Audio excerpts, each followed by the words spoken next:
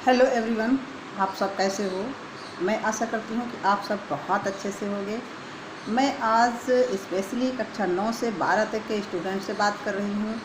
इस लॉकडाउन के समय में वो अपने समय का बहुत मिसयूज कर रहे हैं, ऑनलाइन गेम्स में या और सारी चीज़ों में, या ये सोच करके बोर हो रहे हैं कि लॉकडाउन है तो मैं दोस्तों से नहीं मिल पा रहा हूँ। तो मैं उनसे ये कहना चाहती हूँ कि आप अपने समय का बिल्कुल मिसयूज मत करिए, क्योंकि लॉकडाउन में ही आपके पास जो समय मिल रहा है उस समय का आप सदुपयोग करिए। और आपको अपनी लाइफ बनाने के लिए, अपनी लाइफ में चेंज लाने के लिए आपको खुद ही प्रयास करना पड़ेगा।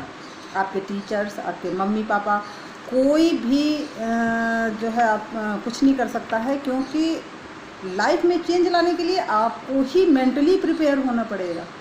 जब तक आप नहीं प्रिपेयर होंगे तो कोई इस चेंज को बिल्कुल नहीं ला सकता है। तो आप सबसे पहले आप मेंटली प्रिपेयर होइए। आप अपने दिमाग में ये बैठा लीजिए कि मुझे कुछ करना है और बेहतर करके देना है, और बेहतर करने के लिए आपको पढ़ना ज़रूरी है। तो पहले आप ईमानदारी से ये सोच लीजिए कि आपका किस सब्जेक्ट में पुअर हैं।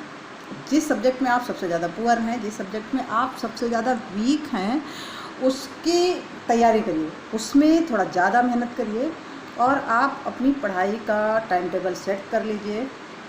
अपनी पढ़ाई के टाइम टेबल में जिस भी सब्जेक्ट में आप पुअर हैं उस सब्जेक्ट को थोड़ा ज़्यादा समय दीजिए। अपनी पढ़ाई का जो टाइम टेबल बनाइए, बिल्कुल निष्पक्ष रहिए। ये नहीं कि हमें मैथ अच्छी लगती तो मैथ को ही ज़्यादा समय दे रहे हैं, या हिंदी अच्छी लग रही तो हिंदी को ही ज़्यादा समय दे रहे हैं। यानी जिस सब्जेक्ट में आप पुअर हैं उसको थोड़ा ज़्यादा समय दीजिए, और बाकी सब्जेक्ट्स को पढ़िए। जो टफ है उनको ज़्यादा पढ़िए, बट सारे सब्जेक्ट्स को आपको पढ़ना ही है। बट जिस सब्जेक्ट में आप वीक हैं उस पर ज़्यादा फोकस करिए, और एक टाइम टेबल बना लीजिए। नॉर्मली हम क्या करते हैं कि अगर हम एक सब्जेक्ट लेके बैठ गए तो उसी को पढ़ते रहेंगे। ये परंपरा गलत है, ये चीज़ें गलत हैं। आप एक टाइम टेबल सेट कर लीजिए और प्रयास कीजिए कि उस टाइम टेबल को फॉलो करें। आप टाइम टेबल के हिसाब से पढ़ें, और जिस सब्जेक्ट में आप पुअर हैं उसको तो आप तब तक ज़्यादा पढ़िए, तब तक ज़्यादा पढ़िए जब तक वो आपको बहुत आसान ना लगने लगे और सब्जेक्ट की तरह ना लगने लगे, तब तक आप उसको पढ़ते रहिए। अच्छा, अब आपकी ऑनलाइन क्लासेस शुरू हो गई हैं, तो ऑनलाइन क्लासेस में आपको मैं बताना चाहूँगी कि आप प्रतिदिन, अगर आपके स्कूल की तरफ से ऑनलाइन क्लासेस शुरू हो गई हैं तो आप प्रतिदिन क्लास को ज़रूर अटेंड करिए, और जो जिस दिन का कोर्स है उसी दिन ख़त्म कर लीजिए। और जो भी पढ़ाया जाता है, चूँकि आप टीचर्स से सीधे डिस्कस नहीं कर पा रहे हैं, तो जो भी आपको ऑनलाइन पढ़ाया जा रहा है उस टॉपिक पर आपके घर में जो भी आपका गार्जियन है, मम्मी पापा हैं या बड़े भाई बहन हैं, उनसे डिस्कस करिए। इससे वो चीज़ें, टॉपिक और उससे जो संबंधित बिंदु होते हैं वो आपके दिमाग में बैठ जाते हैं, आपकी समझ में अच्छी तरीके से आ जाते हैं। आप इसमें कहीं पर भी ज़रा भी संकोच मत करिए।